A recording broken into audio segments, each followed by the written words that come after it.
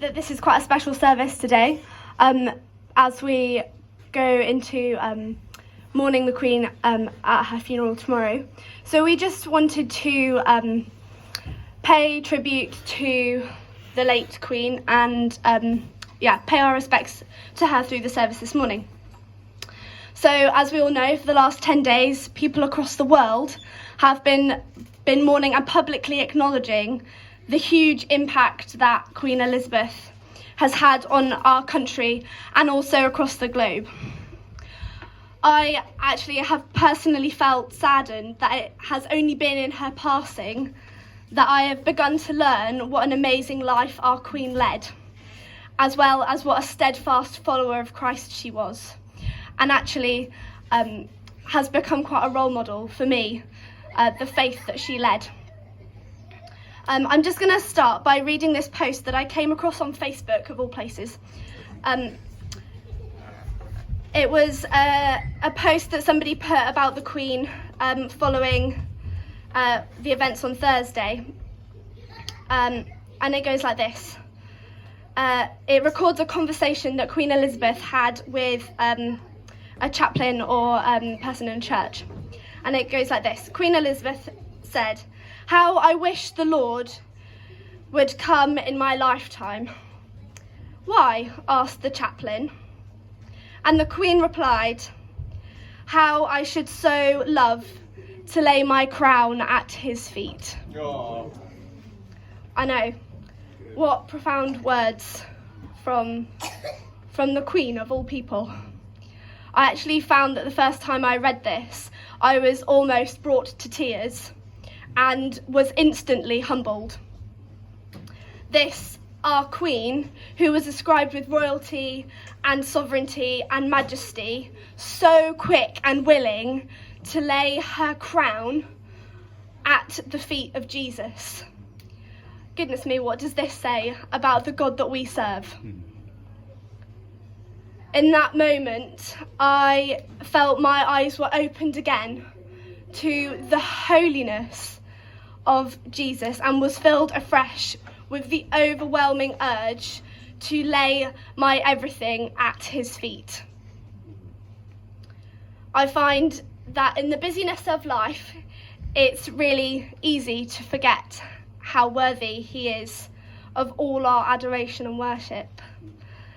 Though this now is the lesson that I will go forward in my faith, having learnt from the Queen.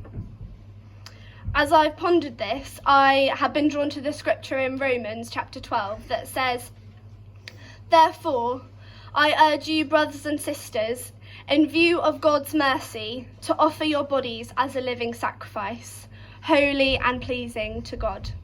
This is your true and proper worship." And reading from the Message, the translation goes like this. "So here's what I want you to do, God helping you. Take your everyday, ordinary life.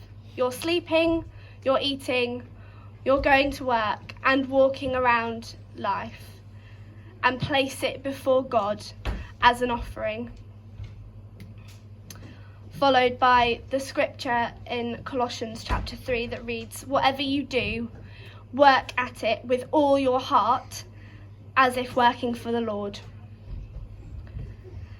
And goodness me, didn't the Queen exemplify this? How to live the life that we have been given for the glory of our God. She served us with humility, integrity and compassion, a life lived for the glory of Christ. Naturally, this has inspired me to think about the ways that my life can reflect the love and life of Jesus. Who can I serve? Who can I love? How can I take my everyday, ordinary activities and use them as an act of worship for Jesus? Because actually, when we take the mundane things that we do in our life and give them purpose for worshipping Jesus, they don't stay as mundane things. They gain weight and immense value. If we turn our attention again to the royal family, This week we've seen them use their time to meet people that are queuing to pay their respects to the Queen, serving people and being amongst the people within the country. But it's not just the royal family that have a call to service.